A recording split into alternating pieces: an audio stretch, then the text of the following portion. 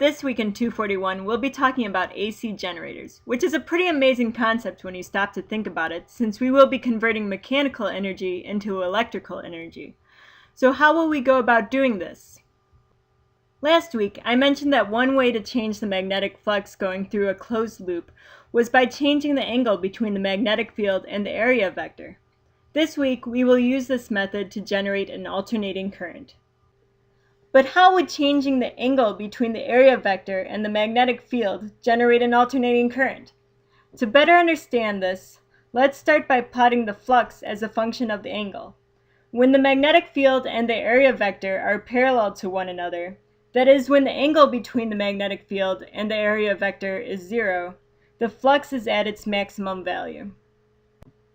As you start to increase the angle between the magnetic field and the area vector, the flux begins to decrease because less of the magnetic field is going through the area. When the two vectors are perpendicular to each other, none of the magnetic field is going through the area, so the flux is equal to 0. As we continue to make our way around, we start to obtain negative values for the flux.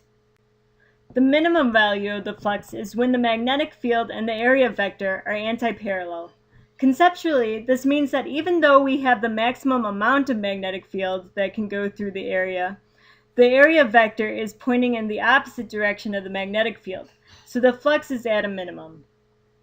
We use the same logic to find the sign and magnitude of the flux as we work our way back to the beginning. If we plug our cosine wave into Faraday's law, we see from theory that the induced electromotive force should have the shape of a sine wave. Since the induced EMF is proportional to the current alternates in the same way as the induced EMF does. While we can conclude this from the math, let's think conceptually about why an alternating current is produced. The induced EMF relies on the change in flux, so I will put the initial orientation of the loop on top and the orientation that it changes to below it. Before turning the loop, there is no current because the flux is not changing. As we change the angle, the amount of magnetic field going through the loop decreases, and so the flux decreases. The loop opposes this change by generating a current to increase the amount of magnetic field through the loop in the same direction as the already existing magnetic field. You can determine the direction that the current must be flowing using the right-hand rule. As the flux decreases to 0, the rate of change of the flux increases, as can be seen from the slope of the blue curve plotting flux. Thus, the current increases and becomes a maximum at 90 degrees. As we continue turning the area vector, the magnitude of the magnetic field going through the area is now increasing. The loop generates a magnetic field in the opposite direction to oppose this increase.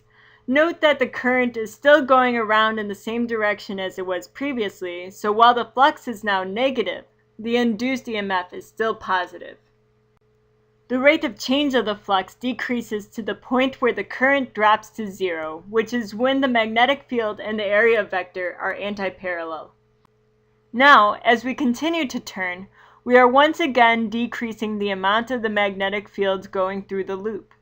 The loop opposes this change in flux by once again generating a current to create a magnetic field to make up for this decrease. But note that the current is now flowing in the opposite direction from how it was flowing previously. Therefore, we now plot the induced EMF as a negative value. The rate of change of the flux continues to increase until the area vector is perpendicular to the magnetic field. And then we make our way back to where we started. And thus, using mechanical energy to rotate a loop, we've generated an alternating current.